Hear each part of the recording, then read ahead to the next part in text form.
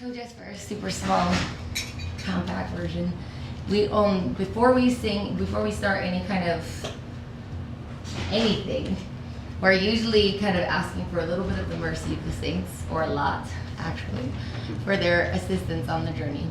And the principle of guru is actually a very mysterious principle. And though in the West it has gotten quite swirled around, and yes, there's false gurus and terrible things that happen in the name of the teacher, still it is a most wonderful thing. And one of the major principles of the divine teacher or the divine guide is actually that the Lord can work through someone as a messenger to you, right?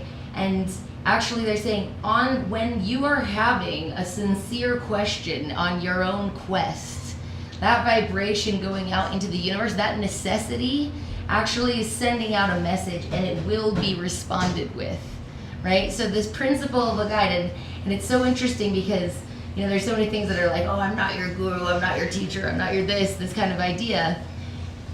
But actually, it's like one of the principal, kind of archetypes of all storytelling, right? Is that there will be someone who's a necessity, and there will be someone who wants to share some of the, divine knowledge that they've acquired.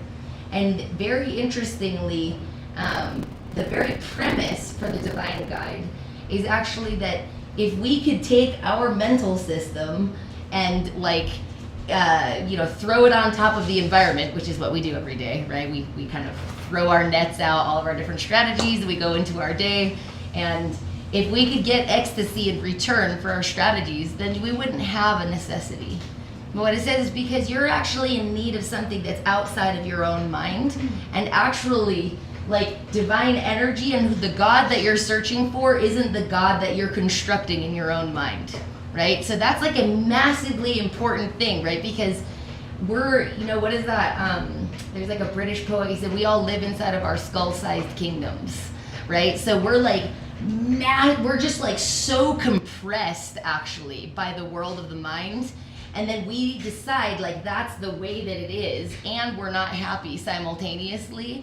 And it's not very open to infinite possibility, and it's not very open-minded, strangely. And so this idea of the divine guide is very, very beautiful, and it's intrinsic to the culture of faith, you could say. And it's and if you start to search for it as a law of the universe, it actually becomes axiomatic. You really want to learn about insurance, you're probably going to have to be around people that are good at it. You want to learn stock trading, you're going to have to be around a stock trader. You're going to have to be around someone that's better than you. You could probably say it like that. Right? You want to be an athlete, and you hang out with people that drink soda all day, it's going to be rough going. So there's some principle, and then of course finer and finer resolution to that search, and for that calibration internally. And so that's this song that we first sing to Guru, and then of course the very premise of Bhagavad Gita, which is very amazing, right? It's the supreme hero and the most renowned warrior, with the Lord kind of playing the role, you could say, of being a charioteer.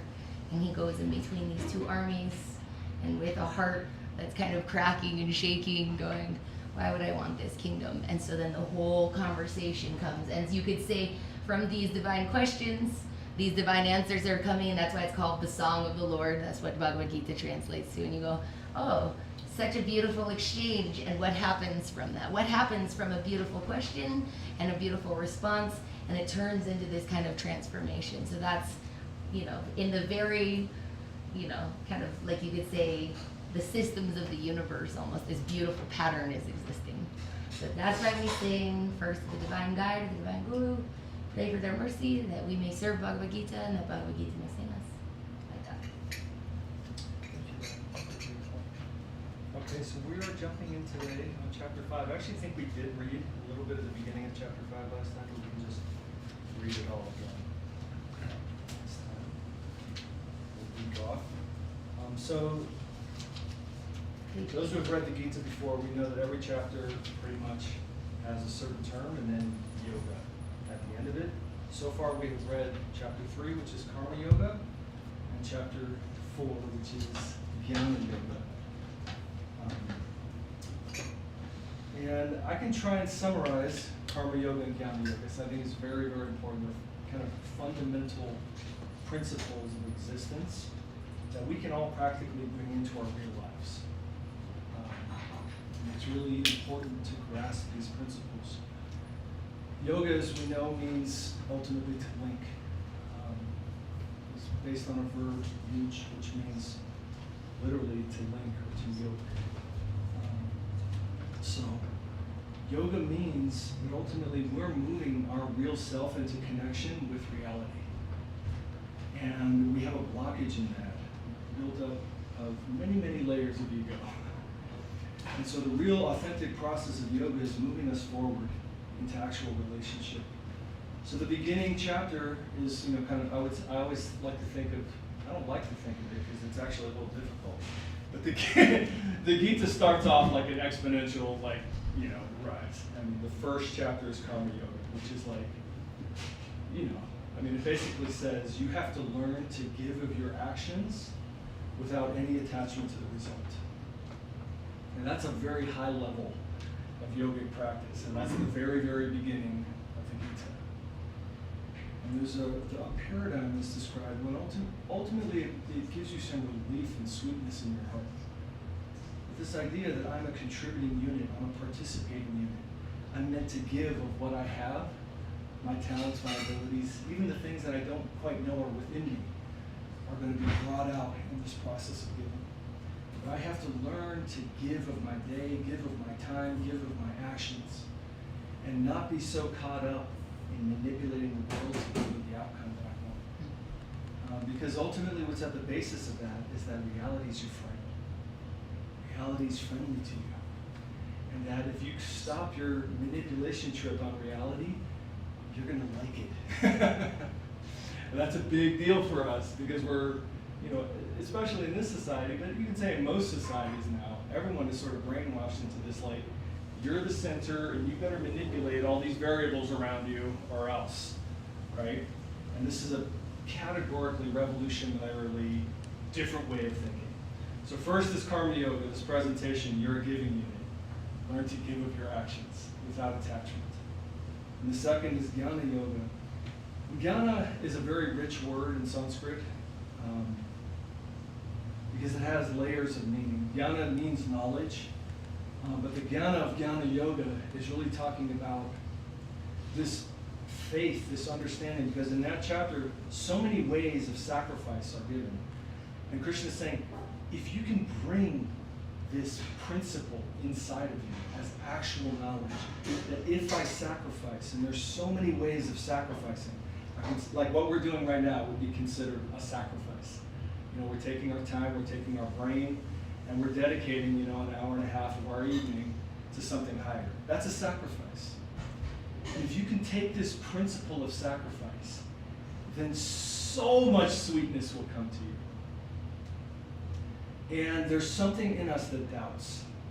And that doubting can be overcome by the actual practice because you're going to realize the truth of it. It's not just supposed to be like an interesting theory or a hypothesis. You have to perform the theory scientifically. It's just that nobody else can see the results except for you, right? Shred these doubts and bring that knowledge in your health, into your heart and into your life. That sacrifice is the principle of existence by which you will gain purpose and satisfaction. So that's Jnana Yoga. Now we're moving to chapter 5.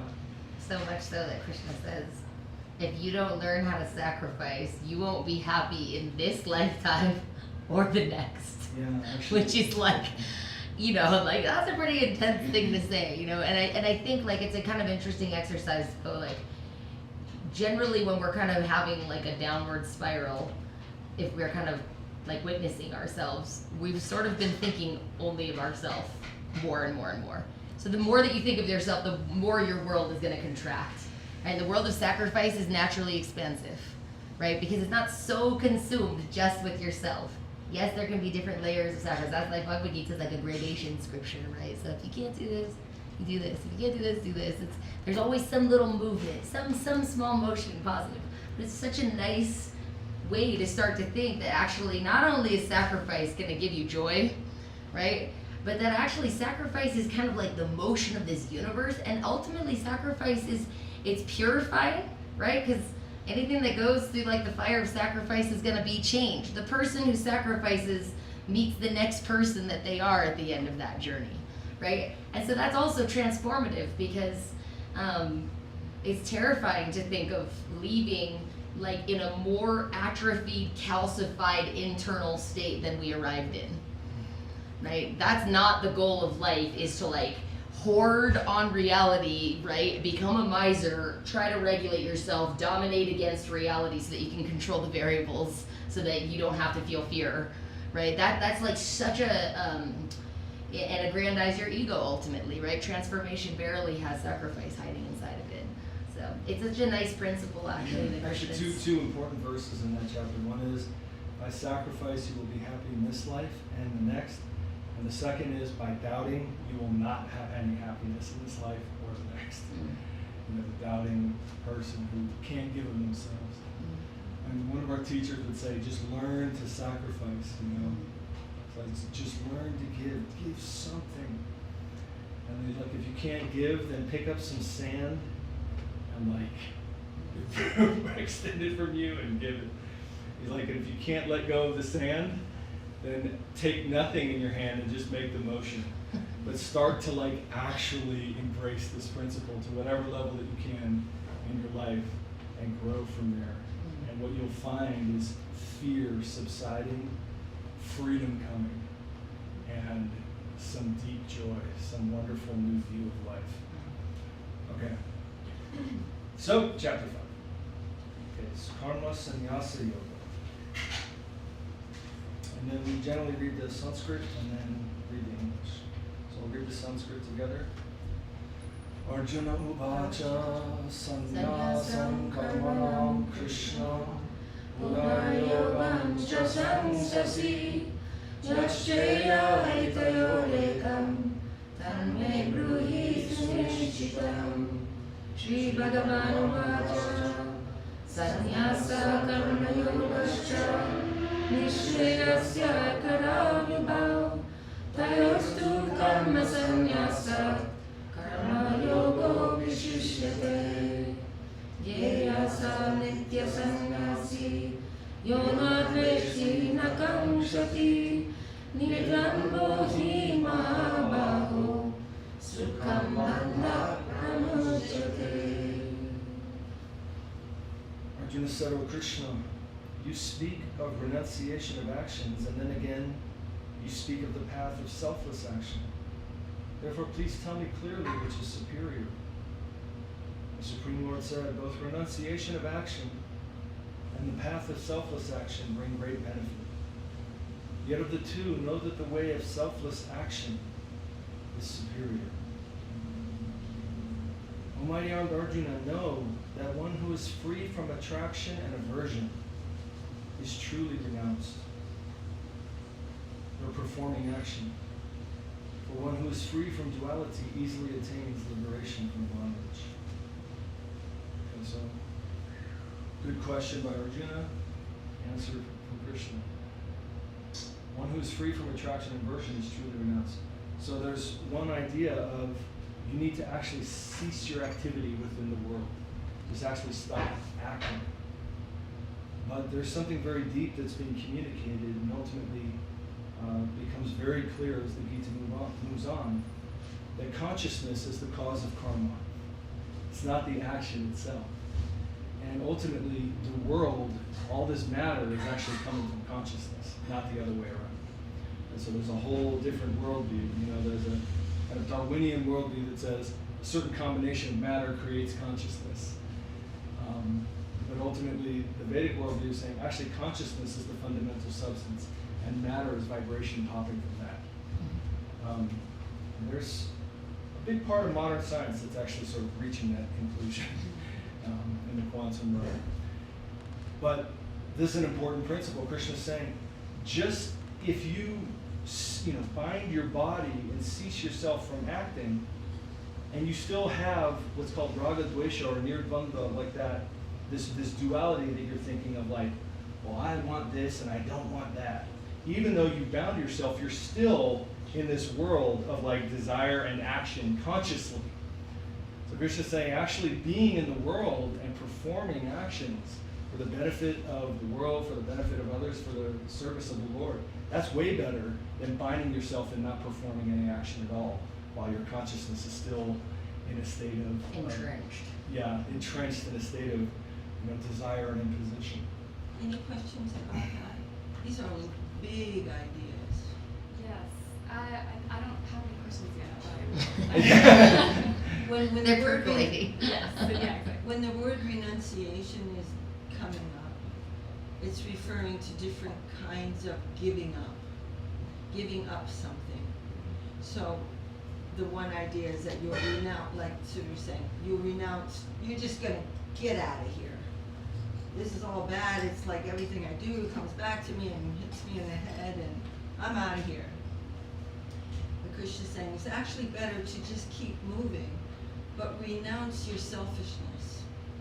That is very, actually, I'm just gonna speak for about 2 more seconds, but it is, this subject of that idea is so profound that we go deeper and deeper into that. What does that mean? What does that really mean? How can you act without any motive? Is that possible? But it is possible. And it is the highest conclusion of all the yogic scriptures, that you should act without any, just like, oh, what am I going to give? Just give and see what will come from the infinite. And in response to that, you're free. You don't have any more fear in your existence. And everything that comes back will enhance your joy. So this is anyway, just quickly about that word. Yeah. Okay, so we will go to verse 4. Sankhya Yoga Prajapala Pravadanti Nabandita Ekam Apyashtita Samya Upayorvinadeva Yashankyai Prapyate Sthanam Tadyogai Ravigamyate Ekam Sankyam Jayogam Sha Ya Pashyati Sarvashyati Sanyasastu Mahabaho Dukam Aptum Mayogataha Yoga Yukto Muni Brahma Nachinena Gachati.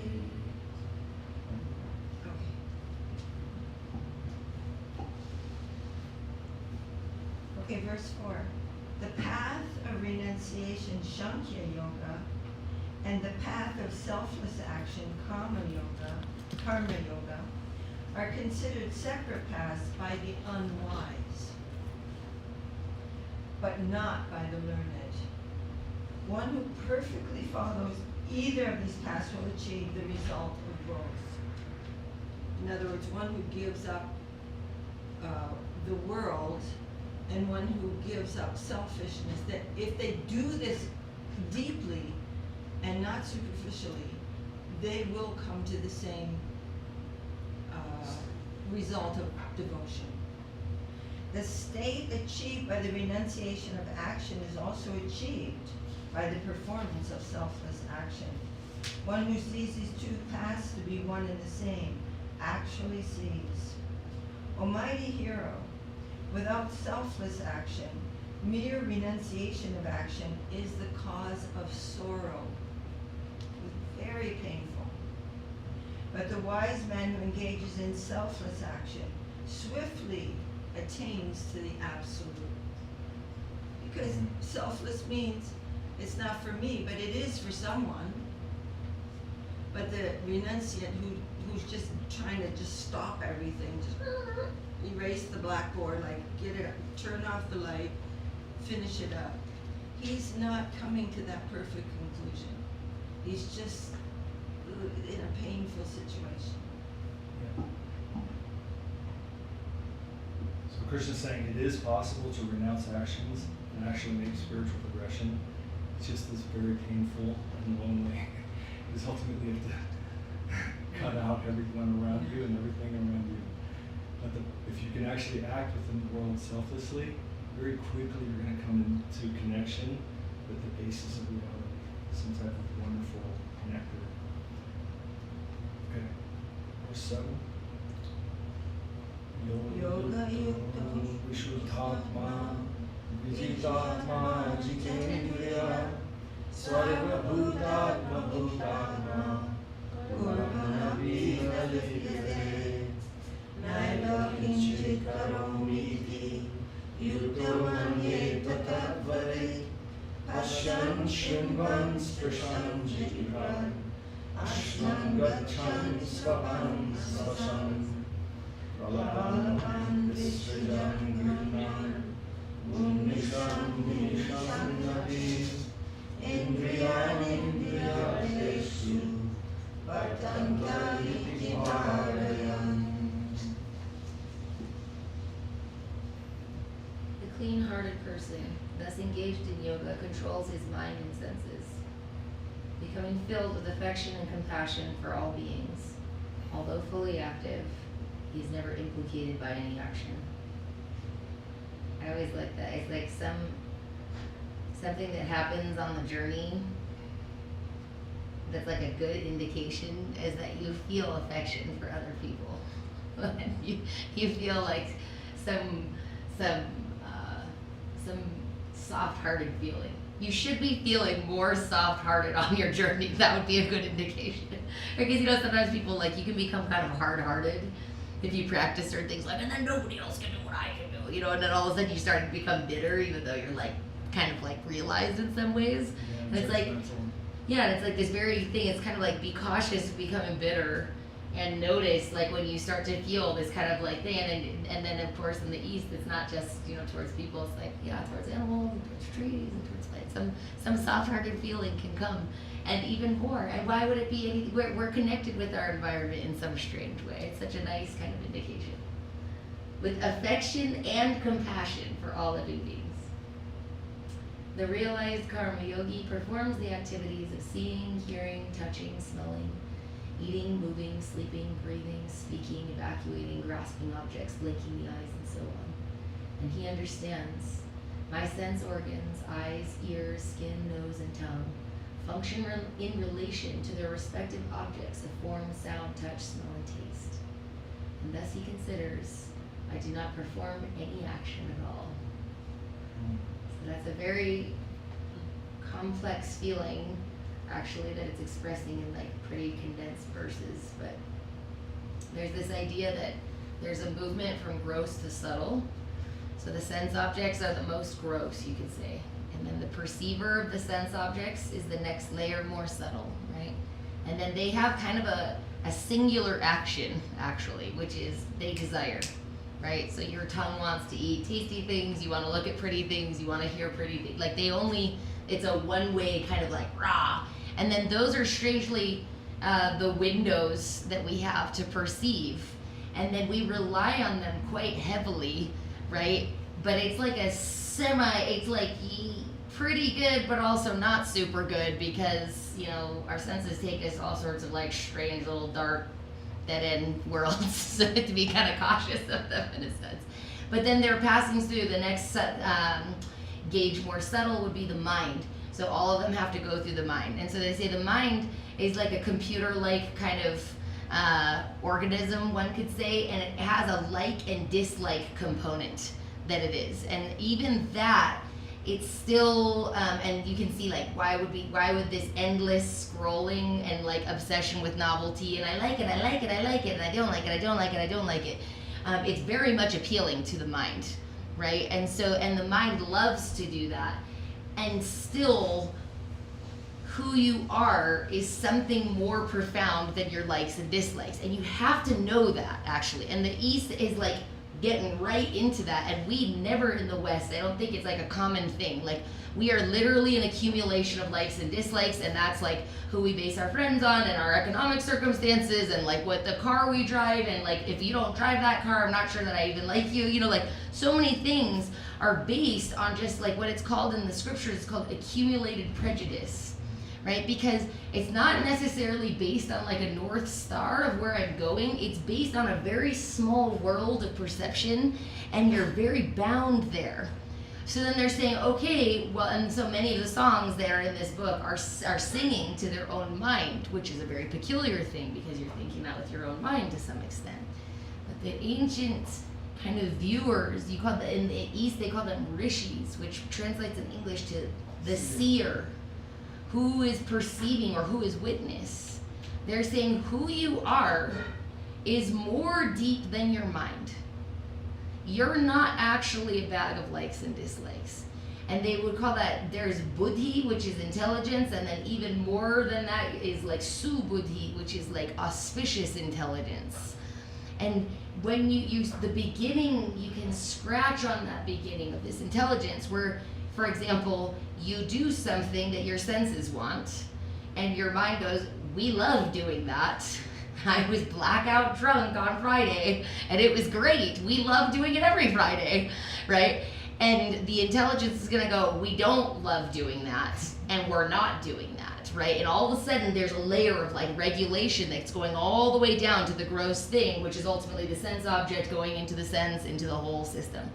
So then they're saying, okay, so now there's a regulating principle, right? There's a little bit of you, you're a pilot, you're hiding, you're very, very yanked around by your senses, for sure. Like, they're very powerful, actually. And there's lots of other, like, things that are kind of subtly pulling on you from so many different previous kind of, like, accumulated prejudices. But there is a pilot hiding inside of there. And that pilot is available. And they said, and deeper than that world is actually the soul. And they say, and the soul, the very nature of the soul is to think, will, and feel. And what the soul is looking for is the deepest kind of feeling. And all of these things that you're doing with your senses are actually the search for the world of the soul, right? They're looking for feelings. Otherwise, why would we get blackout drunk? Because you're looking for a feeling. Maybe it's to forget everything that's painful or other things. There's a million reasons why people do the same things for many different reasons. And so you go, oh, but I'm looking for feeling.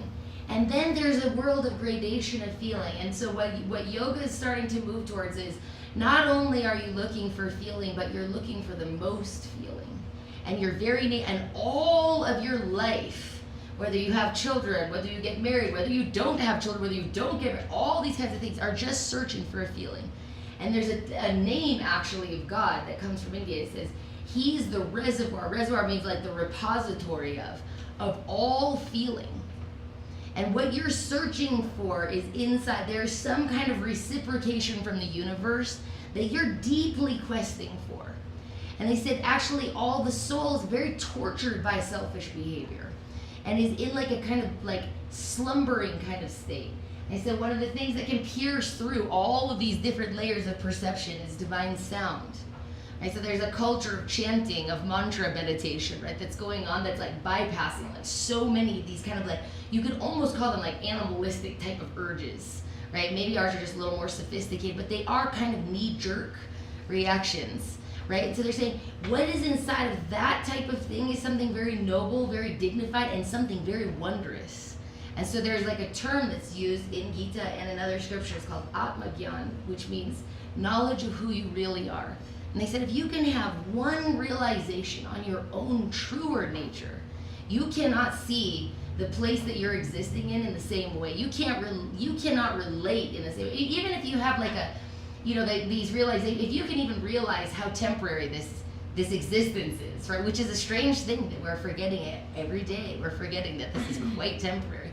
If you can even remember that, which is not Atmagyan, but it is a realization on the nature of the place we've arrived into, you can't relate with a single person in your day in the same way. Everything is transformed.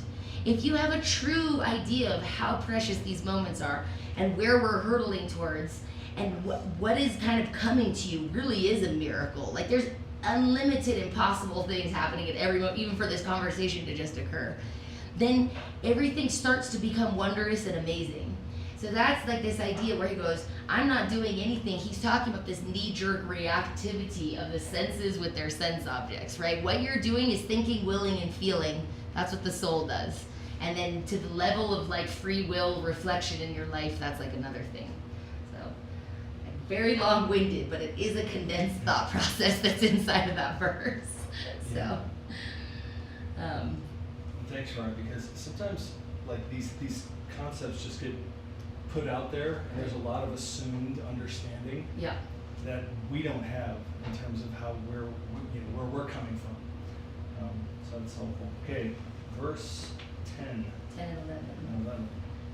Brahman Kaya yadaya karmani sangam tyakva karoti ya lipyate na sapapena padmapatram niram rasa kayena manasa buddhya kevaya indriyayadi yogina karma kurvanti sangam tyakva masudhaya. One who, though living in this world selflessly, offers all his actions to the Supreme Lord, is not polluted by sin, as a lotus leaf remains on the water, yet is untouched by it. By giving up attachment, the karma yogis perform action merely through the body, mind, intelligence, and even the senses for self-purification. So essentially, there's no sin in the person who's performing karma yoga, and everything they do is purifying. Okay. 12.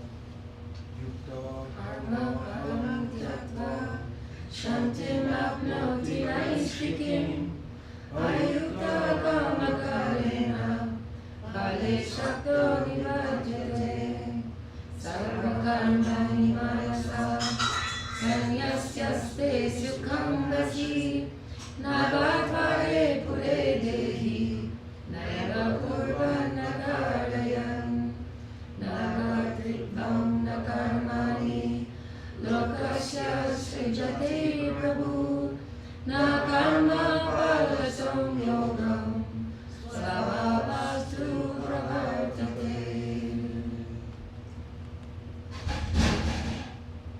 Giving up attachment to the fruits of his actions, material, unmotivated, karma yogi attains constant peace or liberation from actions and reactions. But the fruitive worker, attached to the fruits of his actions, he becomes implicated by his endeavors. Mentally renouncing all actions, the sense-controlled embodied, living being resides happily within the city of 9 gates, neither acting nor causing work for others. City of 9 gates is the body.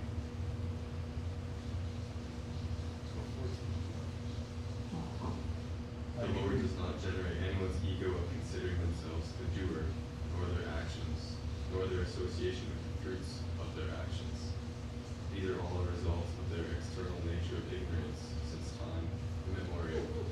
It's a super sweet point, you know, because we can like become very, very attached to the idea of being a victim, but deeply, deeply meditating on how pain and suffering have come to me, we can begin to perceive.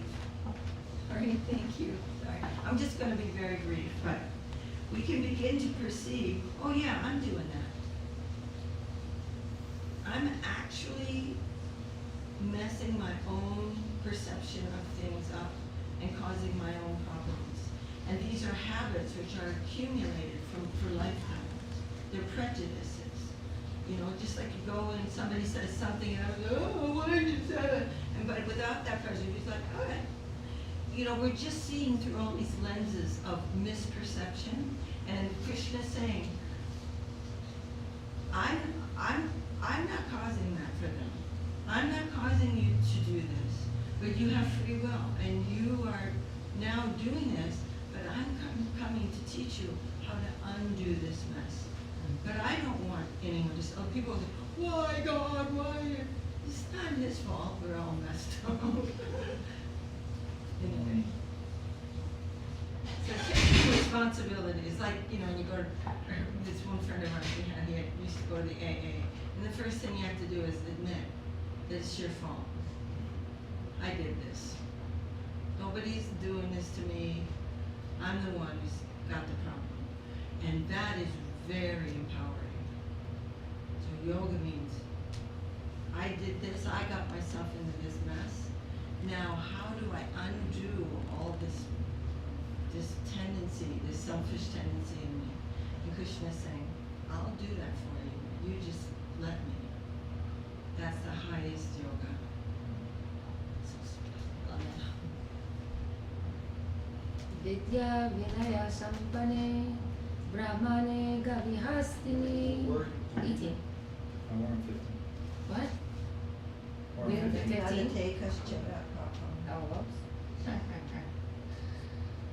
Madhate kasyachit papam najana sukritam vibhu ajnanena vritam jnanam tena muhyanti jantavah jnanena tattva yesham nashitam atmanah tesham aditya prakashayati tatparam tadudaya saratmanas tanishta saparayana gacchantya punaravritam jnana nirdutavalmasa.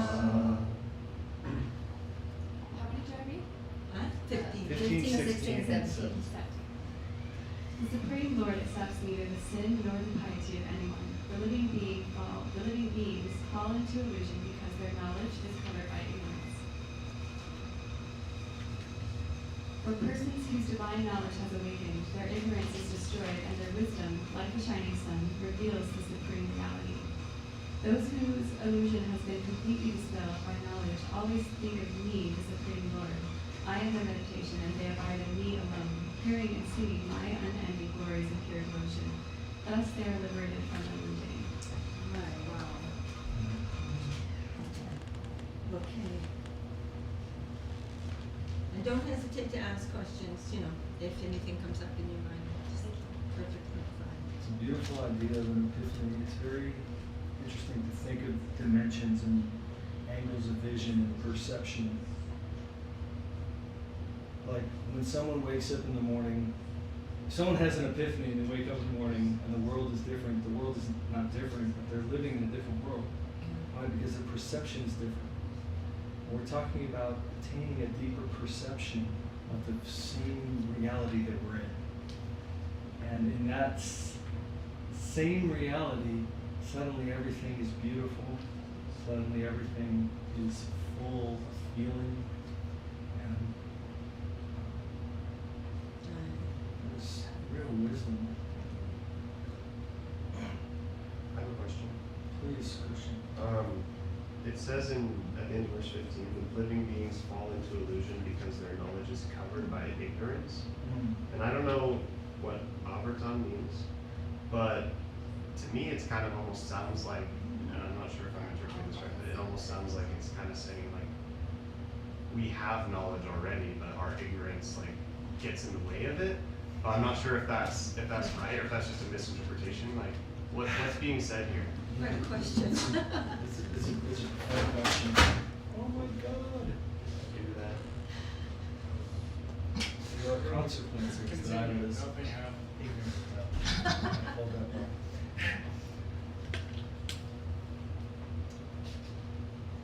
It takes a lot of knowledge to recognize your own ignorance. This is one thing I found in my own life. Because it's one thing to hear that you're ignorant, but you really kind of don't really think that you're ignorant, even if you hear about it. Maybe other people are, but not me, for sure not me. Unless you're Socrates.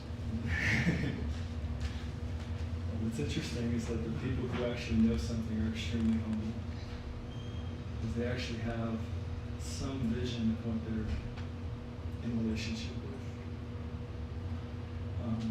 When you talk about illusion, right?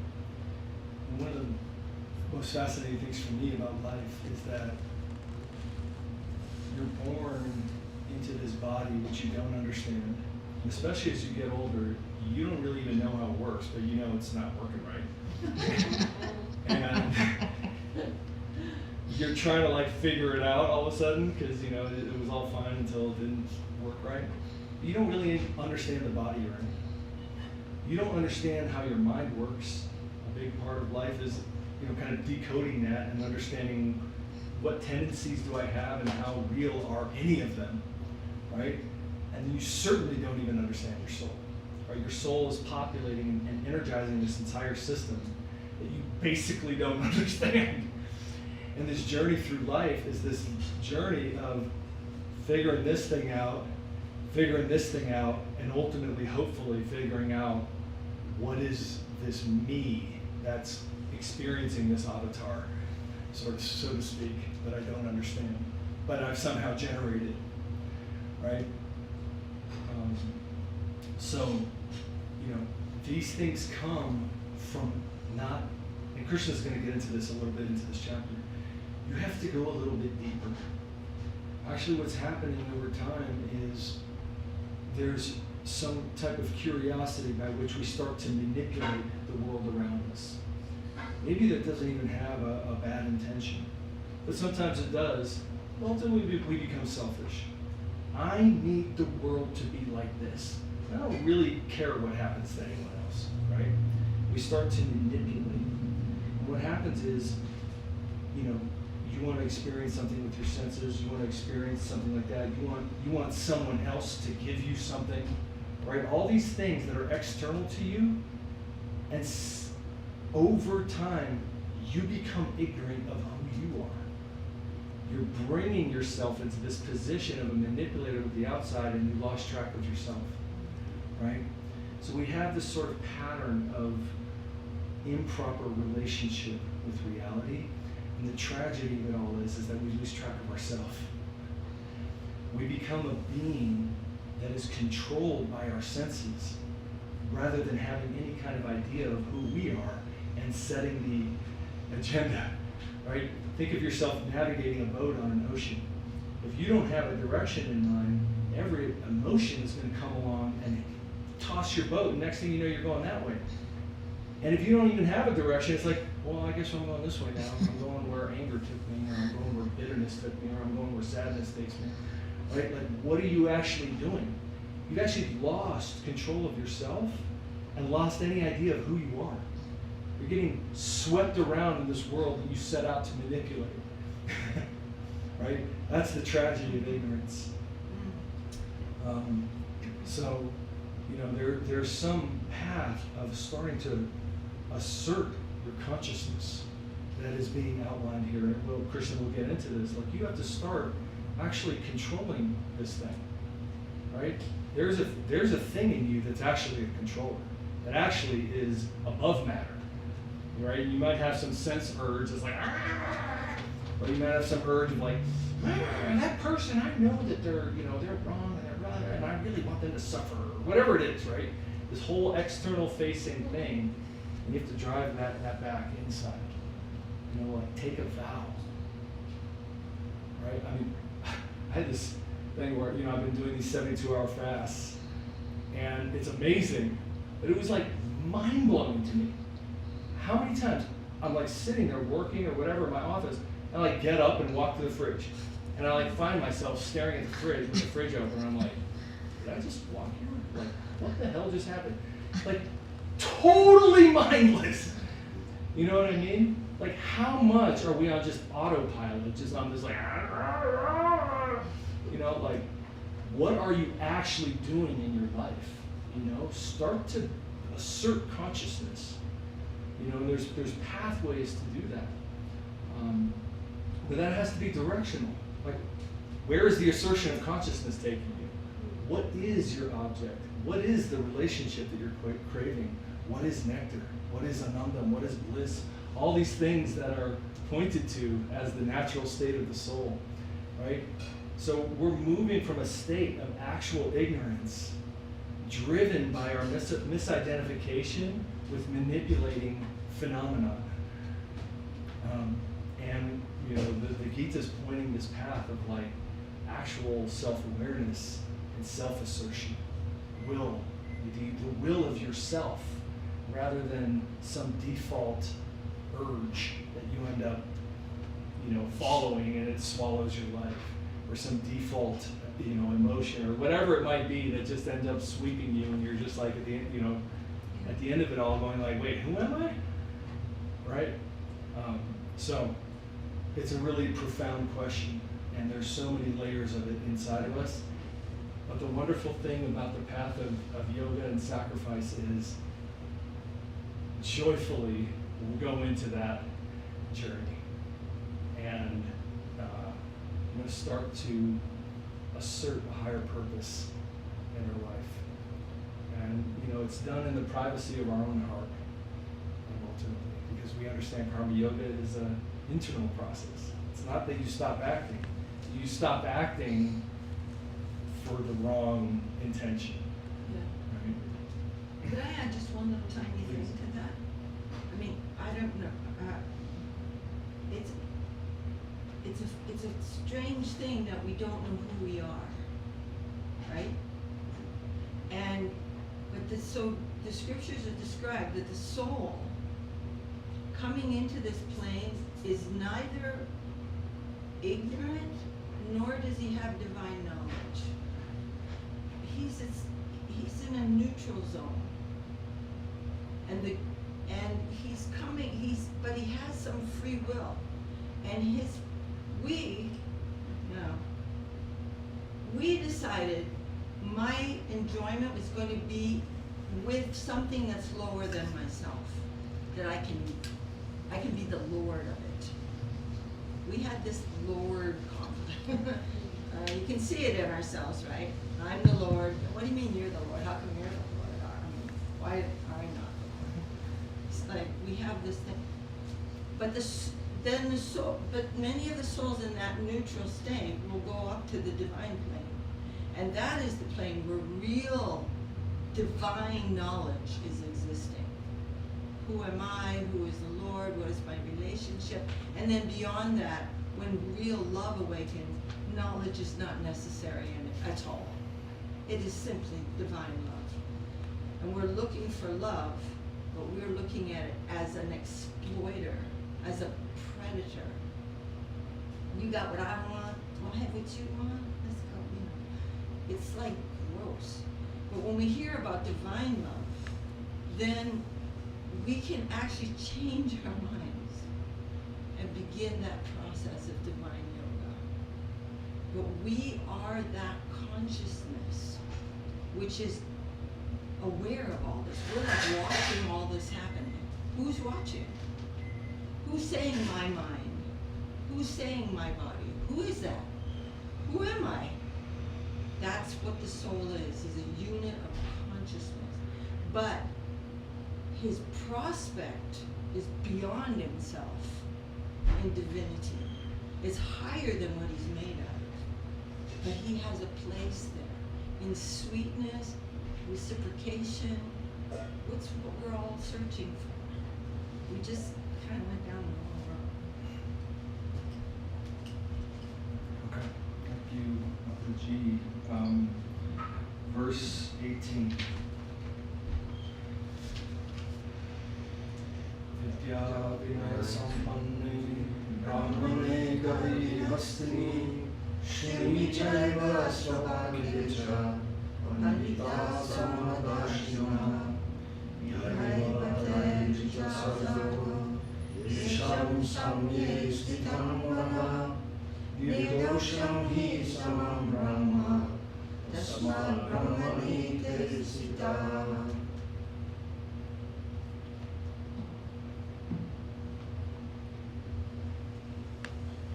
The enlightened souls see transcendence within all living beings, whether the humble and learned Brahmana, the cow, the elephant, the dog, or the dog eater. Therefore they are known as Pandita, men of true wisdom. Those whose minds are equipoised in Brahman have conquered the cycle of birth and death while living within this world. By their perfect spiritual equanimity, they are always situated in transcendence. So Pandit is another word that is very common in English, All the pundits, usually referring referring to a political commentator, but that's not what the word means. I mean somebody who actually understands reality.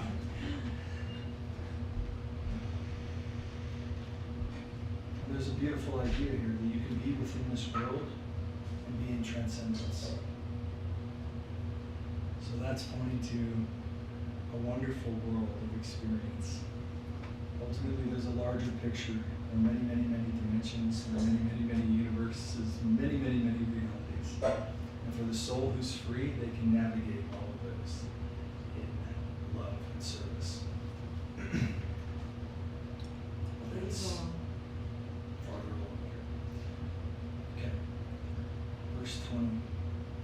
Na Krishyet priyam prapya no vijay prapya chakriyam stira buddhira samudro brahmavid brahmani sita varyas parshesh vasatvatma vindatyatmani yat sukham sabrahma yoga yukatma Sukham aksharam ashnute Dehi samsparshaja bhoga Dukhayo naya evate Adhyantavanta kampeya Radeshu ramate buddha.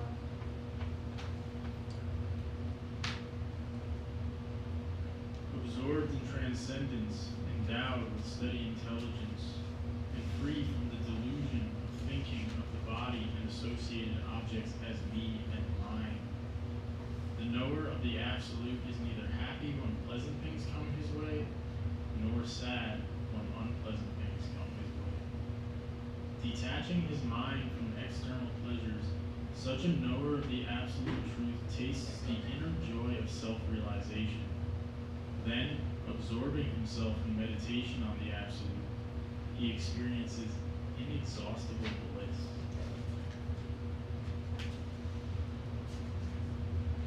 O son of Kunti, the pleasures that arise from the contact of the senses with their objects are the cause of unhappiness. They are as they are transient. The wise never delight in such pleasures. That's great. That's crazy. That's wild. Any question about that? Yeah, I have a question about that. I'm sorry, I'm not hearing this. So there's like the theme running through this is that like, you know, there's transcendence in everything, right? You can't hear? I can't hear you for some reason. I can. But that's, oh, of course, I've got this thing Testing, behind me. testing. Is that better? Okay, so through this chapter is like seeing transcendence in everything. Brahman and the dog eater, not being led by your senses, not being led by your likes and dislikes.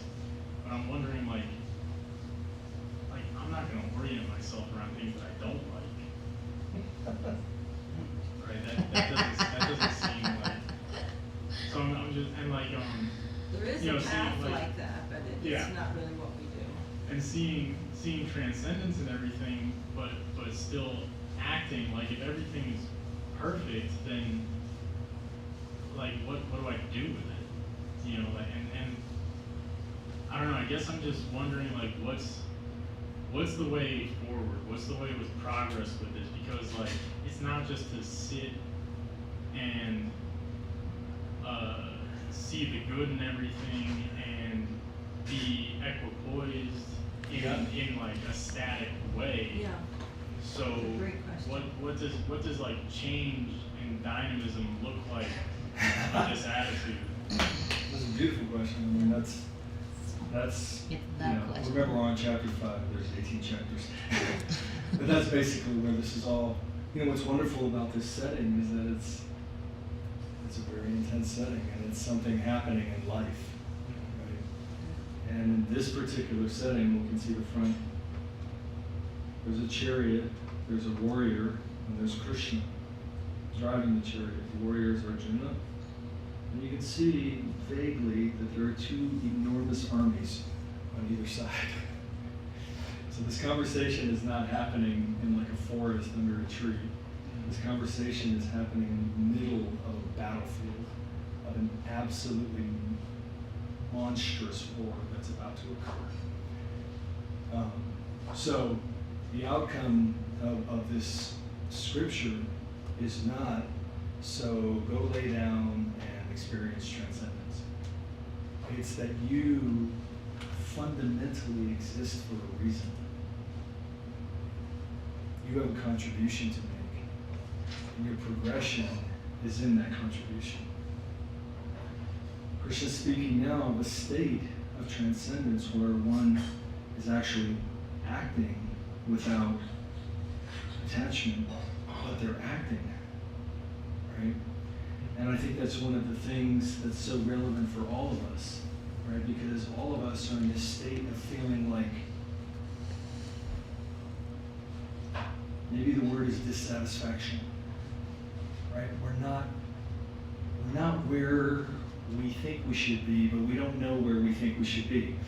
We just know we're not there.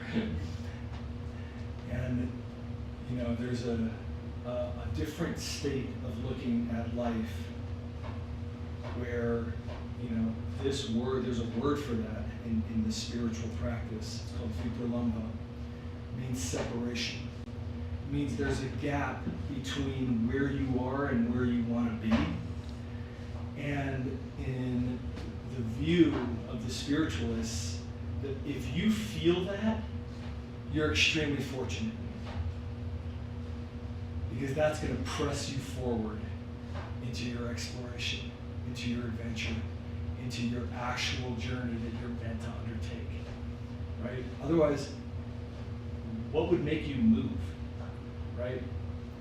So, you know, there's a joy within this feeling of non-attachment, but in the end, there's also motion within that. And this is what, you know, is going to move as we go into chapter 9, chapter 10, especially chapter 9 and chapter 10. That the state of spiritual contribution is anything but static. It's absolutely dynamic and full of the motion of relationship and full of the variety of contribution and the diversity of experience and the polarity within the one reality, right? It's never dead. It's absolutely alive because everything is in motion. And we're meant to be in motion as a contributor and participant in that. So, you know, Krishna's describing this state of like joy that comes from a place where you're no longer like, you know, affected in this selfish way by what's happening around you. You know, it's like, one visualization that occurred to me, because I was studying this in India when I was in my late 20s, and one visualization that occurred to me was like, if you know, the world is supposedly somewhere around 4.3 billion years old or something like that. But if you were to like take that 4.3 billion years and like speed it up into like a minute, I mean, it would be insane. It would be absolutely insane how the matter changed on this earth, right? You'd be like mountains coming up, mountains going down, oceans coming up, oceans going down. You know, the atmosphere like this, the atmosphere like that. You know, like species coming in and out of existence. You know what I mean? Like, you know, and it would, and then if you think of like how where we are, it's like, and it's like if you went through like a like absolute spaz every time like a mountain came up or down, and like, you know, the earth getting sped up for 4.3 billion years, you'd be like, oh my God, the mountain came out, you'd be like, ah! You know, it's like something else is happening, and you're a part of it, but you can't get like swept up in it, right? You're a part of it, but you're not meant to like view what's occurring within the fluctuation of the phenomenon in this like selfish and like absolutely like, you know, way where it's like, no, the ocean, no! It's like, you know, it's just like, oh, there it is, and now there's a mountain there. You know, like, you can't do that. You know? And like that's sort of what we're doing in the speed that we're perceiving. But like, I mean, that was a helpful thing for me. It just kind of occurred to me like that, and I was like, oh, okay. You know, I felt like I made a little jump there to like, you know, kind of think of it like that. So there's a way where you're interacting without attachment, but that doesn't mean that your energy is dissipated. That doesn't mean that your participation is dissipated. It doesn't mean that you're not fully giving of all your talents and all your abilities and all of your intensity and necessity, right? And that you're not fully trying to you know, close that gap that you feel inside of yourself. So it's a dynamic life, not a dead life, that ultimately is expressed here. I think like a really Just one last thing to say. Yeah, sorry. That feeling of nectarian bliss is also dynamic. It's not like one thing, like I tasted the bliss. It's like full range of feeling that's always flowing. So. I think like, you know, the question of like, why would I want to do things that are not fun? I guess maybe if you wanted to like compress it a little bit. And the it kind of goes back really to searching for an ideal, right? Because actually, if you're just pursuing like the fastest pleasure that you can get, I guess, right? Because even if you're kind of going for a long-term pleasure, you're gonna have to sacrifice a short-term thing. So you've got problems right off the bat with like, I just want to have fun, almost, you could say. And then what you're starting to supplant is, okay, well, this is a longer term thing, but what you're ultimately, like what spiritual life is talking about, what's the ultimate quest? What's the ultimate divine search for love divine, right? Like in the universe. And that's an ideal to have, right? And then you want to start to go, well, if I was to search for such a thing, if it could exist, what would I attempt to refine within my thoughts and my journey? And what was that? And so then the ideal, ultimately, like all ideals, will become more refined, and I will become more refined, and then there's some movement. And so that's going to become an important aspect of like, why would I do something in the short term that's not fun, you know? And then you start to see inside of the songs a very, very unusual vocabulary that's starting to be given, especially by Bhaktivinoda Thakur. We can thank him for giving us a very, very sophisticated vocabulary, right? So he'll say like, Pashupaki hoye taki swarge bani, right? Seva sukha dukkha parama samvara nashaya vitadukkha. It's like, seva sukha dukkha means I'm not super worried whether something pretty fun happens or something really bad happens, because both of those are destroying the ignorance of the condition that I'm in, and I'm excited for that. Pashupaki hoitaki is, you want to put me in any kind of perception, right? Like he's saying bird, beast, heaven, or hell. I mean, like, it's such an extreme expression that comes from Bhaktivinoda Thakur, right? You put me, let me start to love your lotus feet as much as I now love the objects of my senses. That's an ideal that we can have, right? Let me learn how to love reality. And I don't know exactly what that means, but I want to learn how to be a contributor. And that's a whole journey, and it will be our whole scientific experience. We have to actually experience, right? Like, you know, if you think about it, just like a regular Western holiday, if it's Christmas time and you're a little kid, you're pretty pumped and you're hoping you got like a lot of loot, you know? Like you're really hoping that like a whole bunch of the desires that you've had. But then if you like grow up and some decades passed and you're still only looking forward to Christmas for the things people will get you, what are people gonna call you? Childish, okay? Like at some point in time, there's some sensation in the heart where you feel more joy giving that kid a Christmas present than being the adult getting some present on that day. Like the transformation's possible. So then you're taking a hypothesis of going, is it actually more joyous to try and contribute than to take? And then you have to live your life really, right? Because, you know, you can discuss the crunch of the apple and the tartness of the apple and the sweetness of the apple, but at some point in time you have to take a bite of this apple and you're going, oh. And so that has to do with the refinement of the ideal, right? And then you're going, oh, some sensation that I didn't know was possible. I feel some movement in my life that I didn't know was there. I didn't know that like you think the way that our mind is like kind of geared or automatically set up is, if I give of myself, I'll be dissipated. I'll be less than at the end of expending this energy outwards, right?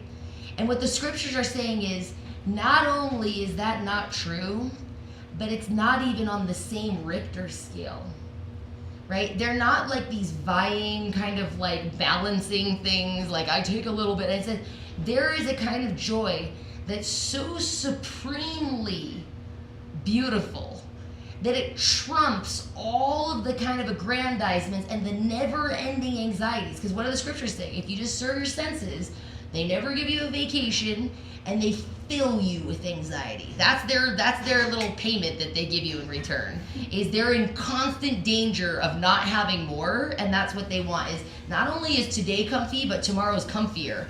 And if even the idea in my mind that tomorrow won't be as comfortable, I'm like in distress, right? Like serious distress. And then depending on my nature, I'm gonna be either angry or crying or grief-stricken or like all the things, right? In order to like not feel this discomfort. So scripture is saying the person who actually isn't a slave to those things has a chance to make a decision. So don't become like a total slave. So then you're going, well, wait a second. I thought, right? So now like the vocabulary goes through an inversion. And then you're going, oh, what is this yogi? What is this kind of mind that makes a decision from like not being completely inflamed all the time? Right? It's literally an inflammatory. They talk about it in the scripture, says the forest fire of material desire, right? It's just like this burning feeling. And then like, I mean, I remember certain yoga classes that we've done in the past. There were some people that came and he goes, you know, I never once considered, he was quite an older person. He was like feeling like he'd been hit by a truck. And I was thinking like, these are like kind of common, Never once considered one. that your whole life isn't geared for a set of like end material goals that are so outcome oriented and fairly superficial in the end. And so what's interesting is this is like the beginning of Bhagavad Gita, right, to say that. And then you go, and if I'm not bound, then what kind of decision would I make, right? Because all of them have to do anxiety and fear, right? And then if my desire gets cut, then I become angry, right? That's what it says in the Gita. So then you're going, what kind of decision would I make? And then that's an interesting question, because then it's not so much like, oh, well, why would I want to do things that are uncomfortable? There's almost like this curiosity of like, if I was not bound, where would I go?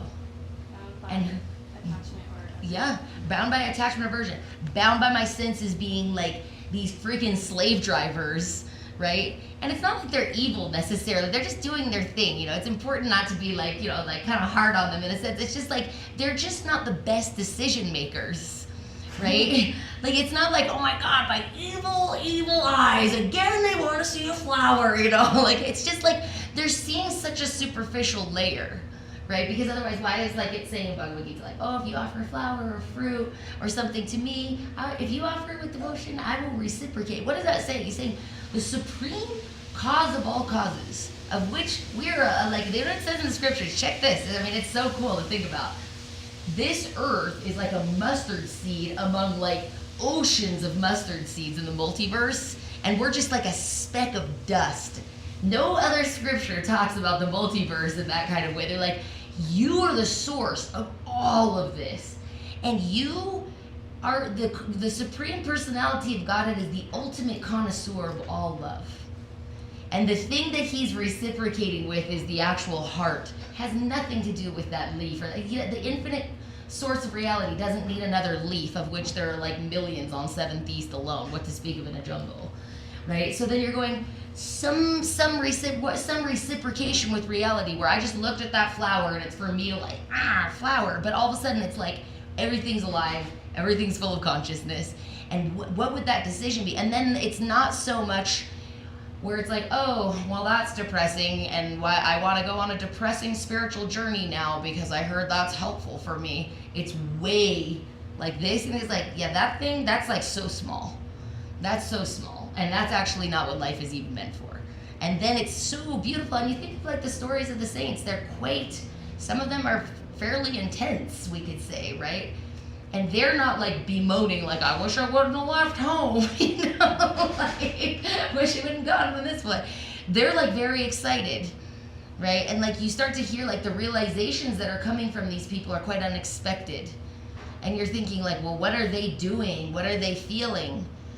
Where such an unexpected sensation will come from them, right? That's so curious. And you're going, what is this world that's so nourishing, you could say, where like all of the things that I could like desperately hope for have started to like lose their glamours. You know, it's just like all the wealth, all the beauty, all the power ever gave awaits alike the inevitable hour. The path of glory leads but to the grave. And you're going, what is this world where that's actually a realization? And you feel very, very connected to what you're actually living in your life. And you go, oh my gosh, now that I'm very curious about. What's in their heart? So that's also like another way where you go, oh, well, why would I want to do something kind of not fun? And it's just like, how about the ultimate adventure? Because the source of reality cannot be less interesting than any one of us, and humans are fairly entrancing. We can become like so consumed with another person that we can barely like be like in our own body, right? If that's possible, right, then like how could it be any less than that, right? It shouldn't feel like this like strange chore of like, oh, the senses really want to have fun, but I like to be lame because I'm looking for God, you know? It's like absolutely not. Like something way more deep is happening, you know? And they're going, and then you can see, oh, these momentous kind of moments are happening in history because they found, actually it's quite a nice quote that Janarda Marsh said when we were in SoCal last week.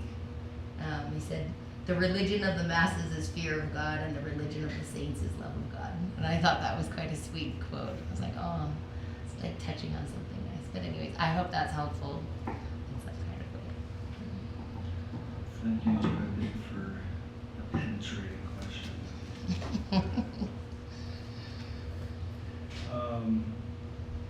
We are on 23, correct? Yes. Approaching the end of the chat. Oh my gosh, it's after 8 o'clock. Okay, we should. He's not done cooking anyway. Okay. Hari Dave, how's it going? With this class, amazing. Yes, but also with your Seva. seva for cooking dinner. Oh.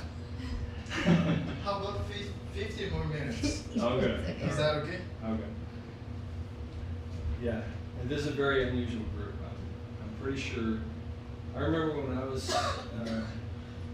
in college, they had reduced the size of the length of the periods at the University of Illinois, where I went to 42 minutes, because that was like adult attention span, which I'm pretty sure is a lot less than that right now.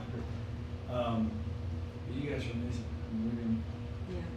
Right from that. So, okay. 23.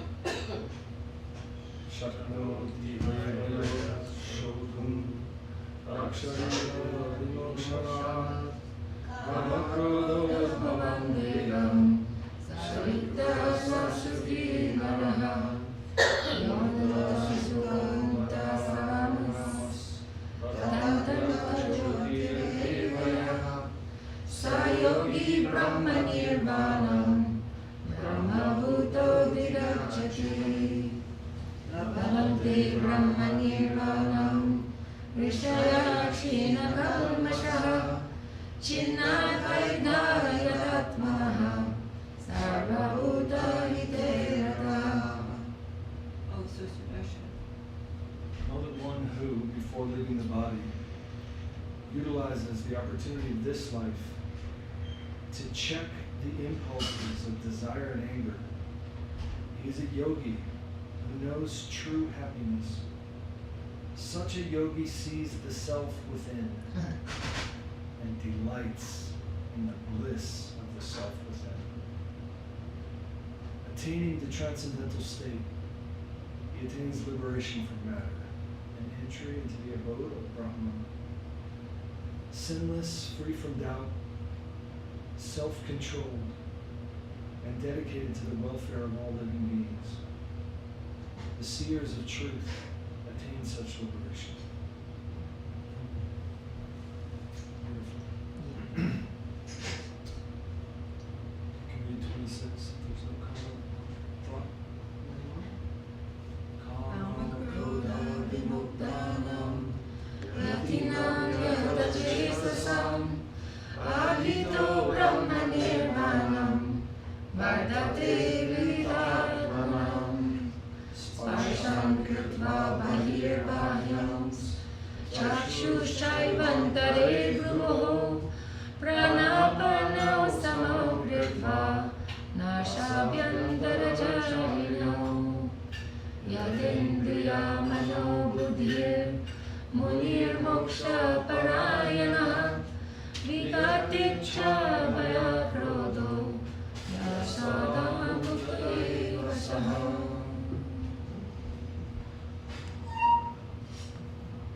26. Persons of the renounced order who have controlled their thoughts, who are free from desire and anger, and who have achieved knowledge of the nature of the soul, are liberated whether they live or die. Expelling from the mind all the external sense objects of sound, touch, form, taste, and smell, centering their concentration and stabilizing the incoming and outgoing breath, subjugating the senses, mind, and intelligence, dedicating himself to liberation, his desire, fear, and anger gone, such a sage is ever liberated. I want to just interrupt.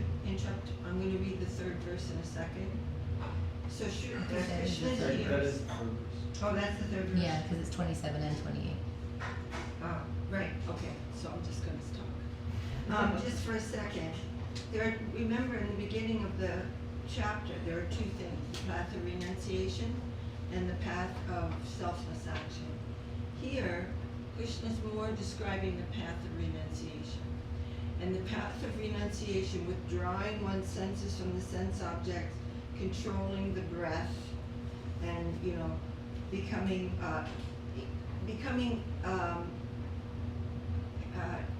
he's in a harmonized situation.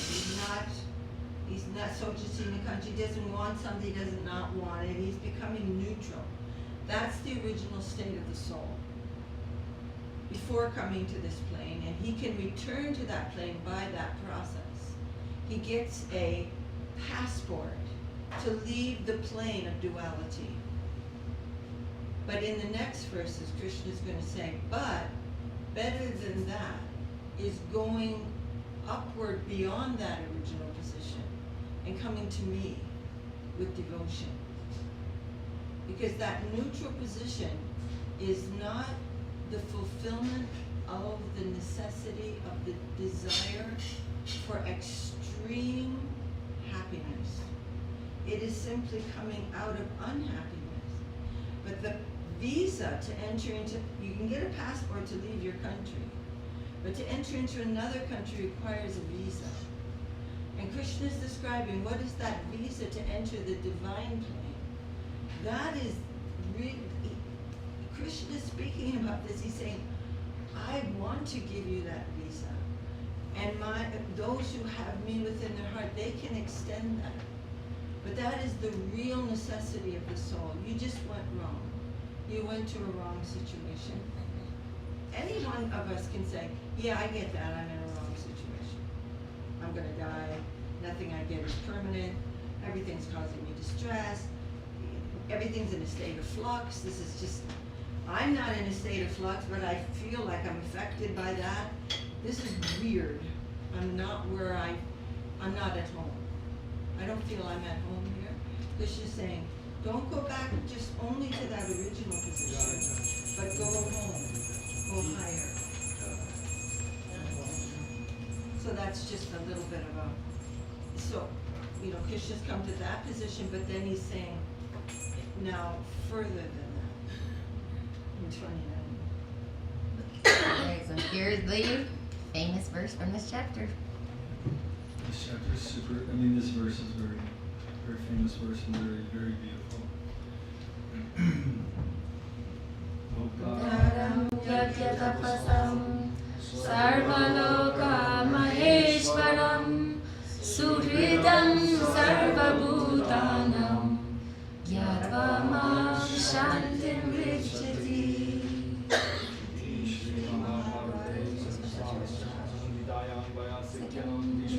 Nishma Bhagavad Gita Upanishadsu Brahma Vidyayam Yoga Shastre Shri Krishna Arjuna Karma Sannyasa Yoga Nama Panchadhyaya.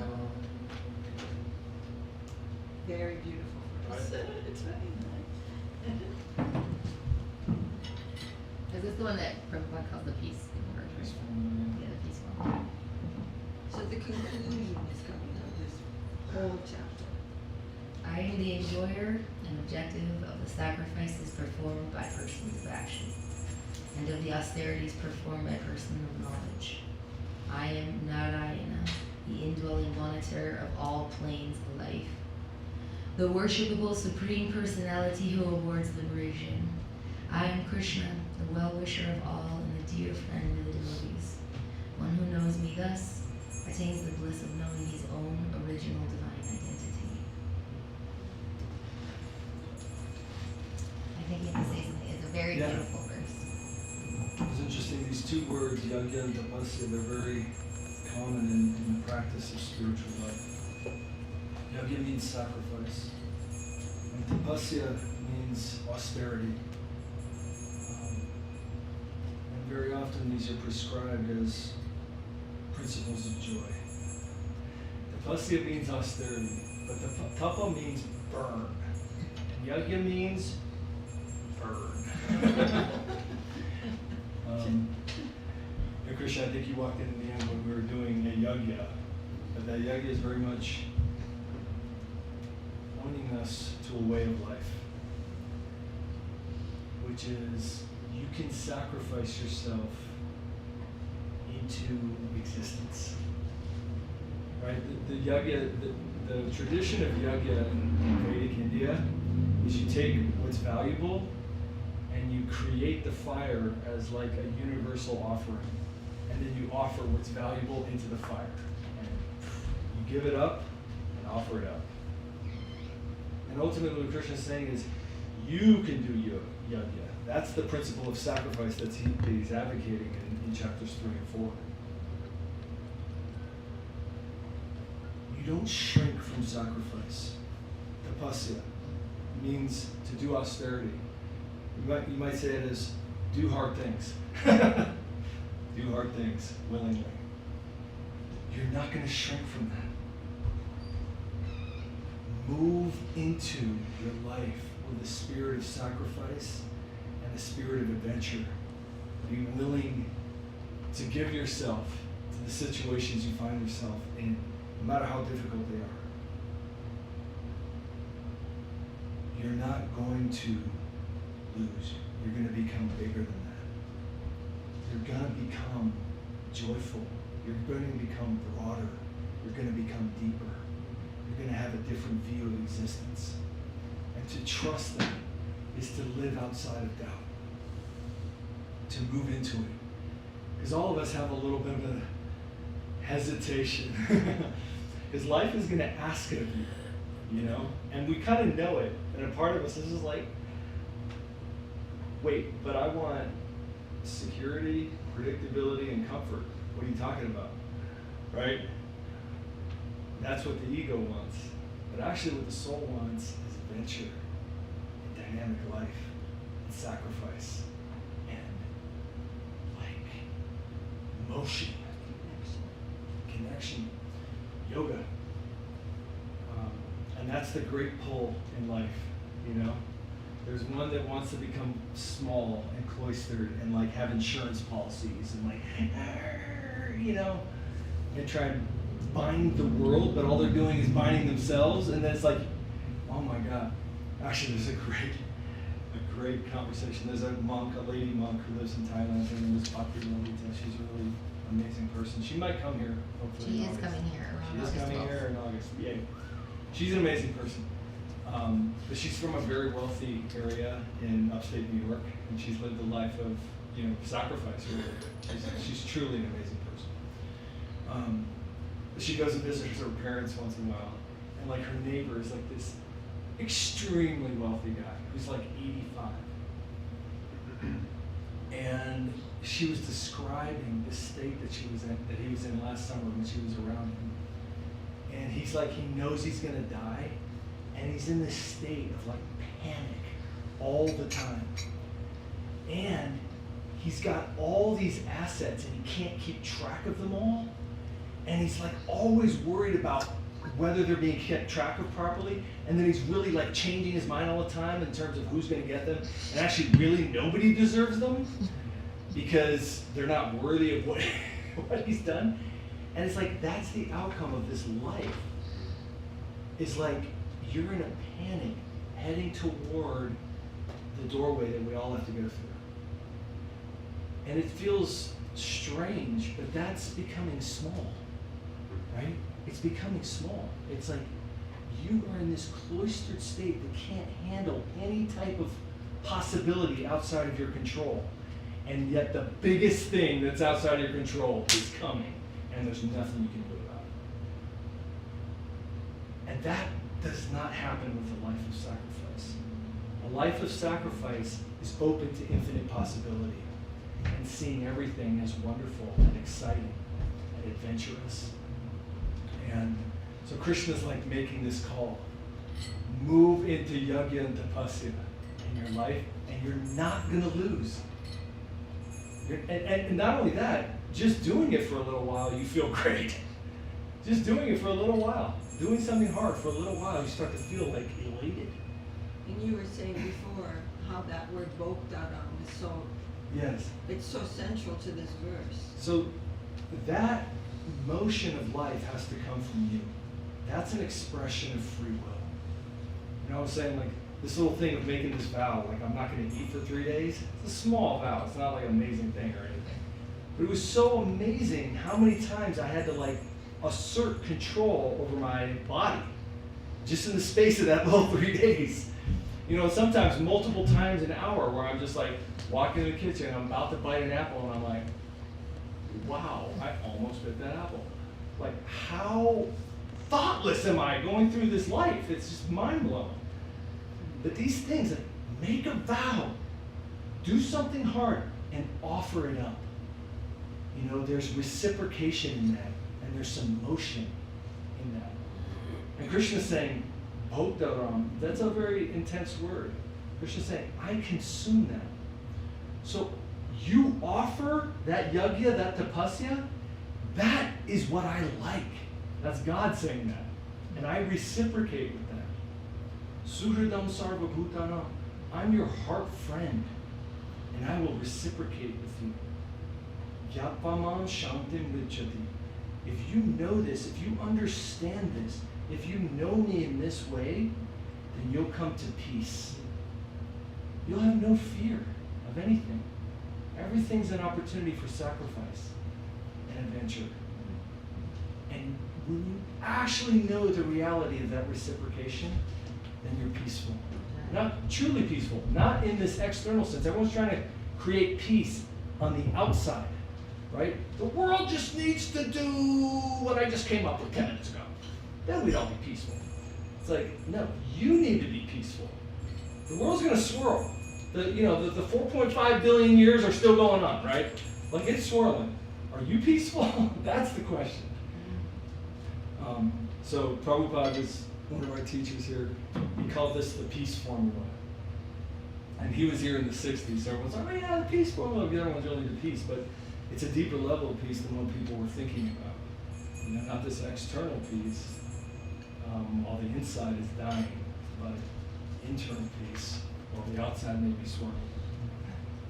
So it's a beautiful, very beautiful verse, a great gift to meditate upon and start to implement in your life. Jai. Jai Srimad Bhagavad Gita Upanishad ki jai. Jai Shri Krishna, Arjuna ki jai, Kurukshetra Dham ki jai. And everyone doing the knowledge sacrifice tonight, ki jai. Go Brahman. Okay, we can sing one. song, and then we'll have some dinner. What minute is it now? 66. 66.